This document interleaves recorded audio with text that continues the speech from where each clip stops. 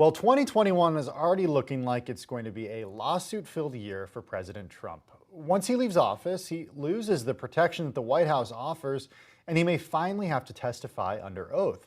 Bloomberg's Tina Davis joins us now with more. Hey, Tina, it's great to have you with us. What does the next year look like for President Trump? How many lawsuits and what kind of lawsuits are we talking here? Right. Well, I'll begin this just by pointing out that every year is a lawsuit-filled year for Donald Yeah, Trump. that's a good point. This is someone who's not afraid of the court system, who files a lot of lawsuits, who has filed a lot of lawsuits, who is obviously also the subject of a lot of lawsuits. We've seen that both before and during his presidency, most specifically if you think about all the election lawsuits that have been filed either by his campaign or on his behalf. But if you're looking forward to 2021, the situation looks a lot different than what it is now. And that is because he has a number of lawsuits, and I'll sort of divide them up into three categories. There are lawsuits sort of based on what he did, or investigations based on what he did while he was president. There are lawsuits based on his personal behavior while he was president, and there are lawsuits or investigations regarding his business dealings. So there are three sort of big pockets of potential legal liability moving forward.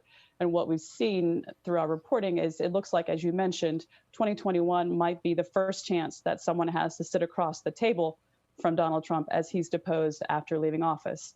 Obviously, there was the Mueller investigation, but they never actually physically sat across from the president. And that lawsuit is a defamation suit that was filed by Carroll, who filed suit after the president denied her accusations that he raped her several decades ago.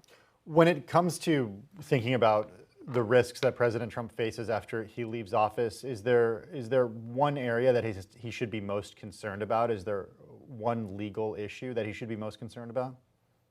Well, when he steps away from the presidency, he loses a lot of the protections with that office. So one of the main protections, as mentioned in the Mueller report, is the idea that you can't indict a sitting president. So there is the potential of obstruction of justice charges that come out of the investigation in the report from surrounding the Russia interference in the election of 2016. That's something that will have to be decided at the Justice Department level by a Biden administration.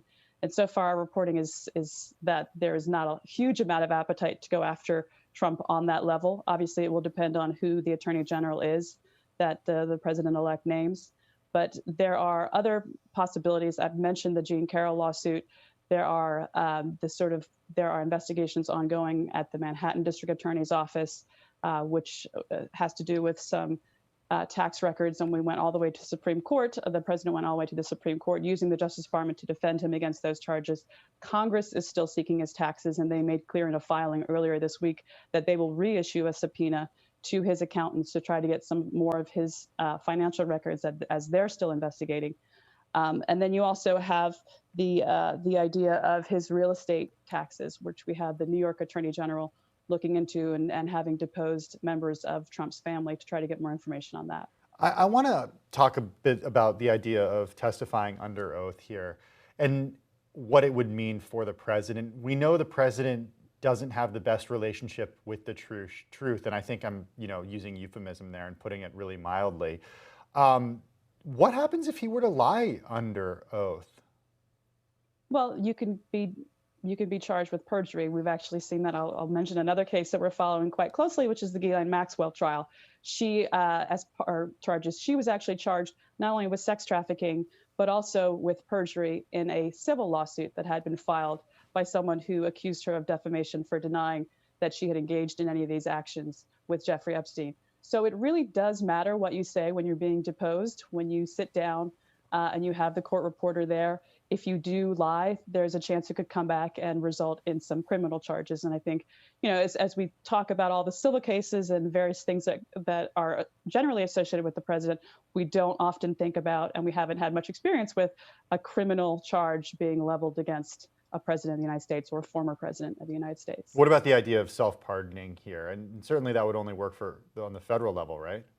That's correct. So if you're talking about the federal level, those would be things brought by the Justice Department, brought by a U.S. Attorney's Office. So that is quite limited in scope. And I think what is maybe more interesting, and if you were if you were a Biden administration, you would be happy to sort of let the states or local prosecutors go after things so that you can sort of not have it immediately track back to you. So as I mentioned, we have the Manhattan DA, Cyrus Vance, who is facing re-election this year or next year in what looks to be a crowded campaign. He is still going after Trump. And we have the New York Attorney General, Letitia James, who is probing quite deeply into some of his taxes, whether or not he inflated the value of his real estate and then deflated them, to get loans, and then deflated those same properties when it came to booking taxes on them. Bloomberg's Tina Davis. Tina, happy holidays, and thanks so much for taking the time to join us this week. Really appreciate it. Bloomberg's Tina Davis joining us.